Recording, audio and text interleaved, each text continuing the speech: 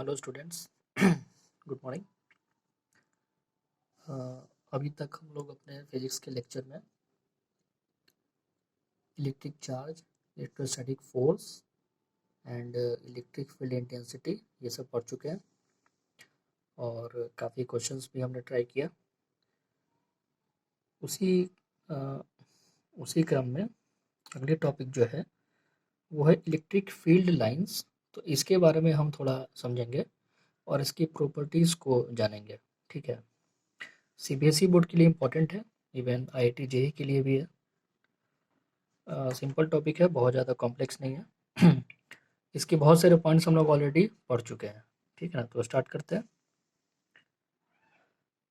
जैसा पहले हमने बताया था कि इलेक्ट्रिक फील्ड जो है वो चार्ज से, कोई भी जो चार्ज पार्टिकल है उससे रेडियली आउटवर्ड या रेडियली इनवर्ड रहती है ना। जैसे पॉजिटिव प्लस क्यू चार्ज है यहाँ पे, फॉर एग्जांपल पॉइंट चार्ज है प्लस क्यू, तो वहाँ से फील्ड जो है वो रेडियली आउटवर्ड होगा, रेडियली आउटवर्ड सभी डायरेक्शन में। ठीक है, और हमने ये भी पढ़ा था कि एक चार्ज के अराउंड जितनी डेंसिटी होगी, है ना, इलेक्ट्रिक फील्ड की डेंसिटी जितनी ज़्यादा होगी तो इससे हमें ये पता चलता है कि उस चार्ज का मैग्नीट्यूड ज़्यादा है। ठीक है, मैग्नीट्यूड ज़्यादा होगा तो डेंसिटी ज़्यादा होगी, मैग्नीट्यूड कम होगा तो डेंसिटी कम होगी। ठीक है, इलेक्ट्रिक फील्ड्स। तो बेसिकली इलेक्ट्रिक फील्ड जो है वो बनता है इलेक्ट्रिक फील्ड लाइंस के कारण। ये लाइंस इमेजिनरी हैं, ठीक है, इमेजिनरी लाइंस है, और यही जो है वो इलेक्ट्रिक फील्ड कहलाती हैं। ठीक है, इन्हीं लाइंस की मदद से इलेक्ट्रिक फील्ड बनता है। डेफिनेशन अलग अलग बुक में अलग अलग लैंग्वेज में कुछ मिलेगा आपको, तो मैंने यहाँ पे जैसे लिखा हुआ है, electric field lines are imaginary lines in a region of space, है ना, region of space time along which a free positive charge would move if allowed to do so। तो डेफिनेशन कुछ ये कहता है कि अगर इलेक्ट्रिक फील्ड में, ठीक है, इलेक्ट्रिक फील्ड में हम एक टेस्ट चार्ज रखते हैं, टेस्ट चार्ज मैंने बताया था आपको क्यू नॉट, जिसके ऊपर पॉजिटिव चार्ज रहता है, मगर इसका स्ट्रेंथ बहुत कम है, स्ट्रेंथ इतना कम है कि अपना खुद का कोई फील्ड जनरेट नहीं करता है। ठीक है, तो इलेक्ट्रिक फील्ड में अगर हम टेस्ट चार्ज को रखते हैं तो वो उस डायरेक्शन में मूव करने लगता है। ठीक है, ये हमारा हुआ definition of electric field lines का। ठीक है, अब हम लोग इसकी प्रॉपर्टीज़ पे जाते हैं, है ना। क्या इनकी इनकी प्रॉपर्टीज़ रहती है इलेक्ट्रिक फील्ड लाइंस की, कुछ स्पेसिफिक प्रॉपर्टी हैं। ठीक है, इसको समझना इम्पोर्टेंट है, इससे जुड़े सवाल काफ़ी आते हैं।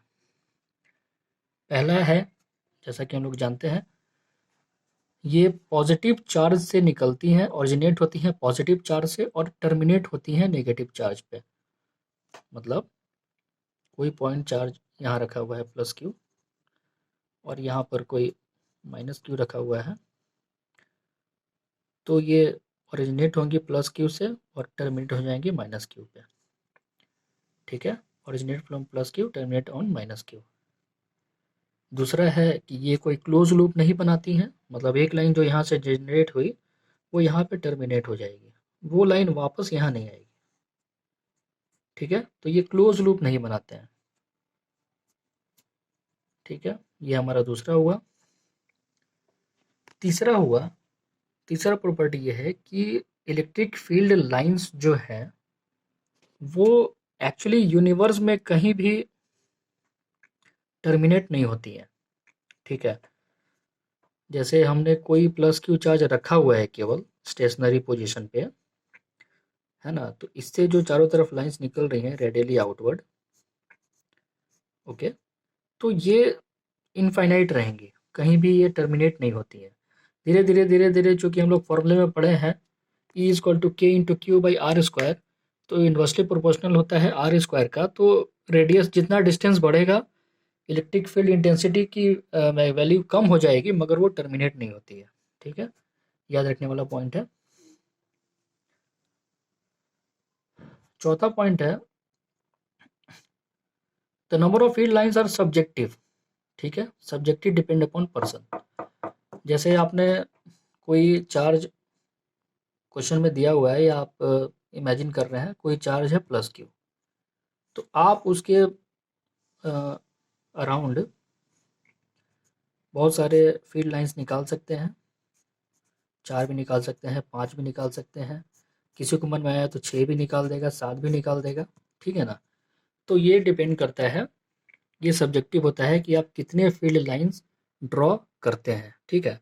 ये उतना मायने नहीं रखता है, हर पर्सन पे डिपेंड करता है कि वो कितना फील्ड लाइन ड्रॉ करता है, मगर जो यहाँ पे पॉइंट है कि डेंसिटी है, जो फील्ड लाइंस की डेंसिटी है वो फिक्स रहेगी।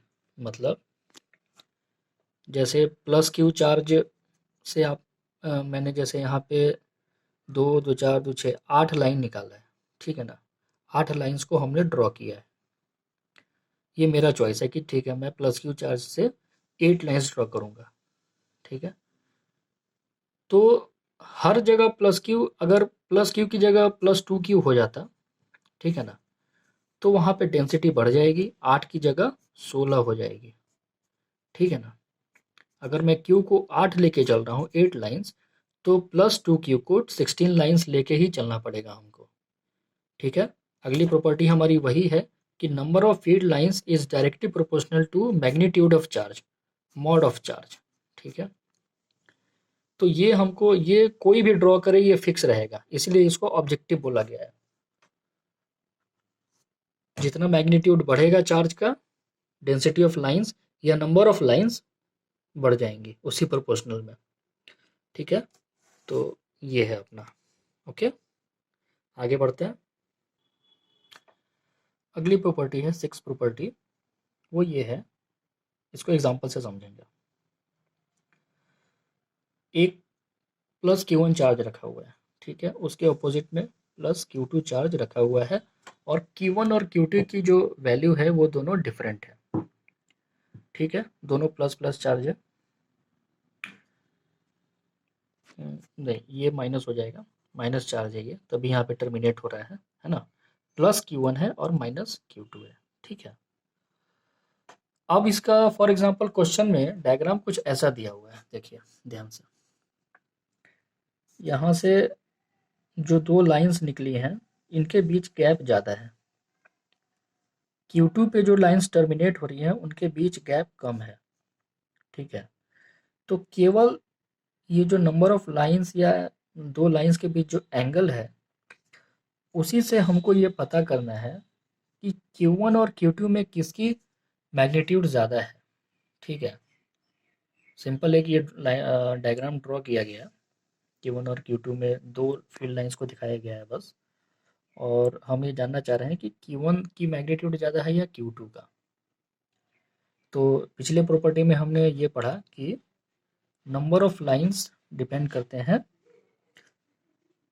मैग्नीट्यूड ऑफ चार्ज का, ठीक है। तो यहाँ देखिए, ध्यान दीजिए, Q1 पे है ना, नंबर ऑफ लाइंस कम है, यानी डेंसिटी ऑफ लाइंस कम है। इसके कारण दो लाइंस के बीच का एंगल जो है वो थोड़ा ज़्यादा है Q1 की अपेक्षा, Q2 की अपेक्षा। Q2 पे देखिए 2 लाइंस जो है वो पास पास है, मतलब डेंसिटी ज़्यादा है वहाँ पे। डेंसिटी ज़्यादा है मतलब Q2 का मैग्नीट्यूड ज़्यादा है, ठीक है। डेंसिटी ज़्यादा होगी तो 2 लाइंस के बीच का एंगल कम होगा। डेंसिटी अगर कम है तो 2 लाइंस के बीच का एंगल ज़्यादा होगा। ये हम समझाने की कोशिश कर रहे हैं। तो इससे हम पता कर सकते हैं कि Q2 की जो वैल्यू है, Q2 का जो मैग्नीट्यूड है वो Q1 से ज़्यादा है, ठीक है। तो यही हमारा प्रॉपर्टी है ना। ओके, अगले पॉइंट पे आते हैं। जैसे ये अगला पॉइंट क्या है हमारा, जैसे ये डायग्राम आपको दिख रहा है, एक रीजन है, क्या है, रीजन, ठीक है। इसको हम लोग एक रीजन के अंदर मान लेते हैं। वहाँ पे 3 पॉइंट्स है, ए बी और सी। यहाँ पे इलेक्ट्रिक फील्ड मौजूद है पहले से, किसी भी पर्टिकुलर चार्ज के कारण इलेक्ट्रिक फील्ड यहाँ बना हुआ है। लेकिन इलेक्ट्रिक फील्ड का जो कर्व है वो कुछ इस तरह है, ए के पास, ए पॉइंट के पास इलेक्ट्रिक फील्ड लाइंस पास पास में है, बी के पास इलेक्ट्रिक फील्ड लाइंस थोड़ा गैप ज़्यादा है, और सी के पास इलेक्ट्रिक फील्ड लाइंस पास पास है। ठीक है, तो इस फिगर से हम क्या कंक्लूड कर सकते हैं, क्या कंक्लूजन निकाल सकते हैं? तो यहाँ पे ये पता चल रहा है, बार बार हम वही पढ़ रहे हैं कि ए पॉइंट पे, ठीक है, ए पॉइंट पे चूंकि फील्ड पास पास है, यानी इलेक्ट्रिक फील्ड की इंटेंसिटी ज़्यादा है यहाँ पे, है ना, इलेक्ट्रिक फील्ड की इंटेंसिटी ज़्यादा है। बी पॉइंट पे फील्ड फील्ड लाइंस थोड़ा दूर पे है, यानी इलेक्ट्रिक फील्ड की इंटेंसिटी कम है बी पॉइंट पे ए की अपेक्षा। ठीक है, और अगेन सी पॉइंट पे हम देख रहे हैं कि फील्ड लाइंस पास पास है, यानी कि इलेक्ट्रिक फील्ड इंटेंसिटी जो है वो ज़्यादा है। ठीक है, तो ये इससे हम ये डायग्राम से पता कर सकते हैं कि नंबर ऑफ लाइंस जहाँ पास पास होंगे वहाँ मैग्नीट्यूड ऑफ इलेक्ट्रिक फील्ड ज़्यादा होगा। ठीक है, तो हमने यही लिखा है, ये is greater than E B और E C is greater than E B, है ना। ए पे ई बी से ज़्यादा होगा और सी पर ई बी से ज़्यादा होगा। ठीक है, पॉइंट समझ में आ रहे हैं? ओके, अगला पॉइंट है, याद रखने वाला पॉइंट है, जो फील्ड लाइंस निकलते हैं किसी भी चार्ज से, ठीक है, कोई भी चार्ज से फील्ड लाइंस निकल रहे हैं या टर्मिनेट हो रहे हैं, जैसे यहाँ प्लस क्यू है तो फील्ड लाइंस बाहर की ओर जा रही हैं, तो वो हमेशा जो ओरिजिनेट होंगी वो परपेंडिकुलरली होंगी, है ना, एंगल 90 डिग्री बना रहेगा। ठीक है, अगर माइनस क्यू चार्ज है तो जो टर्मिनेट होंगी वो सरफेस के परपेंडिकुलर होंगी। ठीक है, सरफेस के परपेंडिकुलर होंगी। अब मैं समझ सकता हूँ कि कई बच्चों के मन में ये डाउट आएगा, ये क्वेश्चन आना भी चाहिए। देखिए, ड्रॉ करते हैं, यहाँ पे प्लस क्यू है, माइनस क्यू है, तो आप बोलेंगे कि सर आप तो ऐसे ड्रॉ कर रहे हैं एंगल्स को, ये लाइंस को, है ना, लाइंस को आप कुछ इस तरह ड्रॉ कर रहे हैं, तो दिखने में तो लग नहीं रहा है कि ये 90 डिग्री पे है। तो माय डियर, यहाँ पे ये है कि देखिए, Q1 से जो लाइन निकलेगी वो कुछ ऐसे जाती, ऐसे ऊपर की ओर जाती परपेंडिकुलरली। ठीक है, मगर माइनस क्यू के कारण ये लाइंस जो है वो बेंड हो जा रही हैं माइनस क्यू की तरफ। ठीक है, माइनस क्यू की तरफ, इसीलिए बीच में ये कर्व हो जा रहा है due to force of attraction. ठीक है, फोर्स ऑफ अट्रैक्शन के कारण ये कर्व हो जा रहा है, मगर ओरिजिनेट और टर्मिनेट वो 90 डिग्री पे ही हमेशा होगा। ठीक है, हमेशा 90 डिग्री पे ओरिजिनेट भी होगा और टर्मिनेट भी होगा। ठीक है, सरफेस से 90 डिग्री एंगल रहेगा। ओके, अगला पॉइंट पे आते हैं, ये भी याद रखने वाला पॉइंट है, the tangent drawn on the field lines give the direction of electric field at that point. Simple है, जैसे कोई भी इलेक्ट्रिक फील्ड है, ये फील्ड लाइंस है, तो उस पूरे कर्व पे हम जहाँ जहाँ कहीं भी टेंजेंट ड्रॉ करेंगे किसी भी पॉइंट पे, तो उस पॉइंट, वो जो पॉइंट है वो उस फील्ड का डायरेक्शन शो करेगा। ठीक है, वो जो टेंजेंट है उस पॉइंट पे फील्ड का डायरेक्शन शो करेगा। एक बार और देख लेते हैं, इलेक्ट्रिक फील्ड लाइंस है, किसी भी पॉइंट पे हम टेंजेंट ड्रॉ करते हैं, जैसे हमने ए पॉइंट पे ड्रॉ किया, बी पे ड्रॉ किया, सी पे ड्रॉ किया। ठीक है, तो किसी भी पॉइंट पे हम टेंजेंट ड्रॉ करेंगे तो वो टेंजेंट उस फील्ड का डायरेक्शन शो करेगा, मतलब एरो इस तरफ है यानी फील्ड इधर जा रही है, यहाँ पे एरो इस तरफ है यानी फील्ड इधर जा रही है। ठीक है, तो ये डायरेक्शन शो करेगा। और इसी से रिलेटेड अगला पॉइंट है, जब टेंजेंट फील्ड का डायरेक्शन शो करेगा तो इससे हम ये कंक्लूड कर सकते हैं कि दो इलेक्ट्रिक फील्ड लाइंस कभी एक दूसरे को इंटरसेक्ट नहीं कर सकती। ठीक है, दो फील्ड लाइंस जैसे ये हो रहा है, तो ये कभी भी एक दूसरे को कट नहीं कर सकती। अगर कट करेगी तो टेंजेंट जो आएगा वो अलग अलग डायरेक्शन शो कर देगा। ठीक है, उस पॉइंट पे, इंटरसेक्शन पॉइंट पे अगर हम टेंजेंट ड्रॉ करेंगे तो दो अलग अलग डायरेक्शन शो करेगा, जो कि वैलिड नहीं होगा। तो याद रखें कि दो फील्ड लाइंस कभी एक दूसरे को इंटरसेक्ट नहीं कर सकते। ठीक है, आगे बढ़ते हैं। चलिए नेक्स्ट पॉइंट पे आते हैं, वो बहुत इंपॉर्टेंट है, देखिएगा। हमने क्या किया है, यहाँ पर दो चार्ज रखा है, प्लस क्यू और प्लस क्यू, ठीक है, माइनस क्यू नहीं रखा है, प्लस क्यू रखा है, दो सिमिलर चार्ज रखे हुए हैं, ठीक है। तो प्लस क्यू से, इस वाले प्लस क्यू से जो निकलेगा फील्ड लाइंस, वो टेंडेंसी उसकी ऐसे जाने की होगी, ठीक है। अब वो प्लस क्यू की तरफ तो आएगी नहीं, क्योंकि ऑपोजिट चार्ज नहीं है, ठीक है। और इस प्लस क्यू से भी फील्ड लाइंस निकलेगी, उसकी टेंडेंसी होगी सीधा जाने की, रेडियली आउटवर्ड, ठीक है। तो चूंकि हमने ये फील्ड, ये दोनों चार्ज सामने सामने रखा है, तो कहीं ना कहीं ये लाइंस आपस में टकराने की टेंडेंसी होती, ठीक है, टकराती। मगर हम जानते हैं कि दो फील्ड लाइंस कभी भी एक दूसरे को इंटरसेक्ट नहीं कर सकती है, तो ये अपना रास्ता जो है वो ऐसे बनाएंगे, है ना, ये रास्ता अपना जो है वो ऐसे बनाएंगे, ठीक है। नीचे भी सेम केस रहेगा, इसकी टेंडेंसी यहाँ होती, इस चार्ज के कारण इसकी टेंडेंसी लाइंस की इधर जाने की होती, बीच में इंटरसेक्शन पॉइंट हो सकता था मगर होगा नहीं, तो ये लाइंस जो है वो कुछ इस तरह चली आएंगी। इससे हमें क्या पता चलता है कि सिमिलर चार्जेस के जो मतलब सिमिलर चार्ज के कारण जो फील्ड जनरेट हो रहा है वो रिपेल करेगा, ठीक है। तो वही चीज़ है, कंक्लूजन हम क्या निकालेंगे, field lines are repelled by positive charges, है ना, पॉजिटिव चार्ज है, पॉजिटिव चार्ज की जो लाइंस है वो एक दूसरे को रिपेल करेंगी, और field lines are attracted by the negative charge, ठीक है। यहाँ आप देख सकते हैं, यहाँ पे प्लस क्यू रखा हुआ है, ठीक है।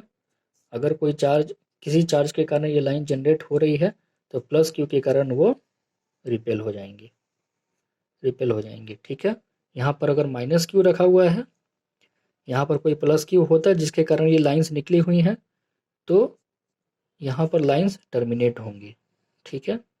अब यहाँ पे ये ध्यान दीजिए कि ये वाली लाइन टर्मिनेट हो रही है, ठीक है, कोई दिक्कत नहीं है, प्लस क्यू के कारण और माइनस क्यू के कारण फील्ड जो है वो यहाँ बनेगा। मगर ये लाइन जो है वो बाहर जा रही है, देखिए ये लाइन जो है वो बाहर जा रही है ना। बहुत बच्चों के मन में आएगा ये लाइन क्यों बाहर जा रही है, तो माय डियर बात यह है कि सारी लाइंस क्यू जो है अपने स्ट्रेंथ के बल पे, जितना इसका मैग्नीट्यूड है उसके अनुसार वो फील्ड लाइंस को अट्रैक्ट करेगा, है ना। और बहुत सारी लाइंस है जो उसको ऊपर से भी निकल जाएंगी, है ना। तो it depends upon the strength of minus Q, ठीक है, ये होता है। ओके, चलिए अगले पॉइंट पे आते हैं। ये सिंपल है अगला पॉइंट, 3 वर्ड याद रखिएगा, पैरेलल, स्ट्रेट और इक्विस्पेस्ड फील्ड लाइंस, ठीक है। फील्ड लाइंस जो है, जैसे हमने यहाँ ड्रॉ किया है, फील्ड लाइंस पैरेलल है एक दूसरे के, स्ट्रेट है बिल्कुल, और इक्विस्पेस्ड है, दोनों बीच का डिस्टेंस सेम है, ठीक है ना।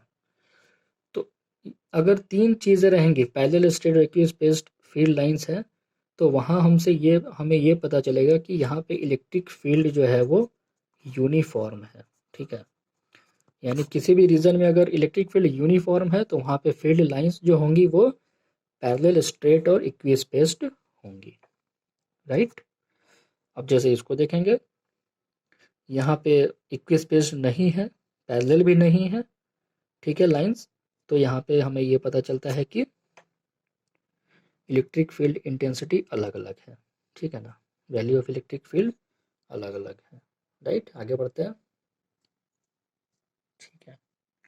नेक्स्ट पॉइंट हमारा है, ये हम लोग ऑलरेडी पहले भी पढ़ चुके हैं, कि किसी कंडक्टर के अंदर इलेक्ट्रिक फील्ड जो है उसकी वैल्यू 0 होती है ना। कंडक्टर के अंदर, जैसे रिंग वाला केस देखा था, सेंटर पे फील्ड 0 आ रही थी, स्फीयर के केस में भी, तो कंडक्टर के अंदर जो है वो इलेक्ट्रिक फील्ड 0 होती है, ठीक है। मतलब इलेक्ट्रिक फील्ड लाइंस जो है वो कंडक्टर के अंदर नहीं जा पाती, ठीक है। जैसे कोई कंडक्टर है ना, उस पर नेगेटिव चार्ज है अगर, फॉर एग्जांपल, तो लाइंस जो है वो सरफेस पेरिफेरी तक ही रहती हैं, उसके अंदर नहीं जा सकती, ठीक है। ये हो गया इलेक्ट्रोस्टैटिक कंडीशन के केस में, ठीक है ना।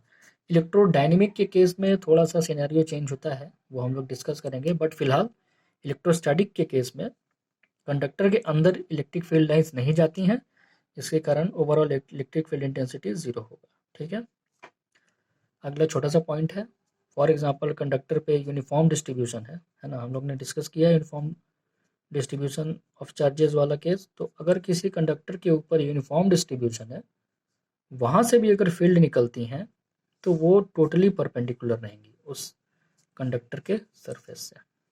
ठीक है, मतलब ये परपेंडिकुलर, ये वाला केस नहीं होगा, इंक्लाइंड है या कुछ एंगल पे निकल रहा है, ऐसा नहीं होगा। कंडक्टर से अगर फील्ड बाहर जा रही हैं या आ रही हैं, वो टोटली परपेंडिकुलर होंगी। ये सब चीज़ें पॉइंट याद रखने वाले हैं। देखिए लास्ट पॉइंट एक इम्पॉर्टेंट है, वैसे सीबीएसई के लिए बहुत ज़्यादा तो इम्पोर्टेंट नहीं है, मगर इसको जानना भी ज़रूरी है। इलेक्ट्रिक फील्ड को, उसके इलेक्ट्रिक फील्ड पे नियर एंड फार थ्योरी भी वर्क करती है। ठीक है ना, नियर एंड फार, जैसे लेकिन इसको एग्जांपल से ही समझेंगे। +2q -q, दो चार्ज हमने रखा हुआ है, +2q -q। अब यहाँ पे ध्यान दीजिए,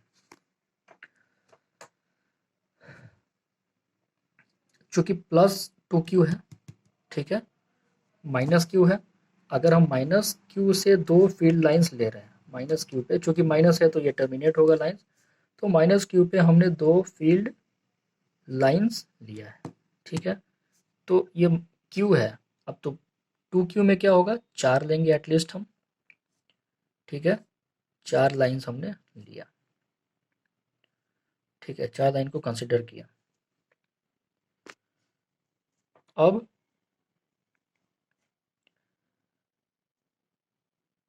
यहाँ से +2q से ओरिजिनेट हुआ इलेक्ट्रिक फील्ड लाइंस और -q पे टर्मिनेट हो गया, है ना। +q से और भी लाइंस होंगे, ठीक है, और भी लाइंस होंगे बहुत सारे, क्लियर है। तो ओवरऑल जब ये ये ऐसा कंडीशन रहेगा, है ना, एक तरफ +q एक तरफ -q, या दोनों तरफ +q, ठीक है, या दोनों तरफ -q, मैग्नीट्यूड भी चेंज कर सकते हैं। तो ये तो हम जब पास से देख रहे हैं तो ये कंडीशन रहेगा। ठीक है, पास से देख रहे हैं बिल्कुल कि +2q लाइन से, +2q से लाइन निकला, -q में टर्मिनेट हुआ। बाकी जो है स्ट्रेंथ पे डिपेंड करेगा q का, है ना, जितना स्ट्रेंथ रहेगा उतना लाइन यहाँ पे अट्रैक्ट होगा, बाकी जो है वो स्पेस में डिस्पर्स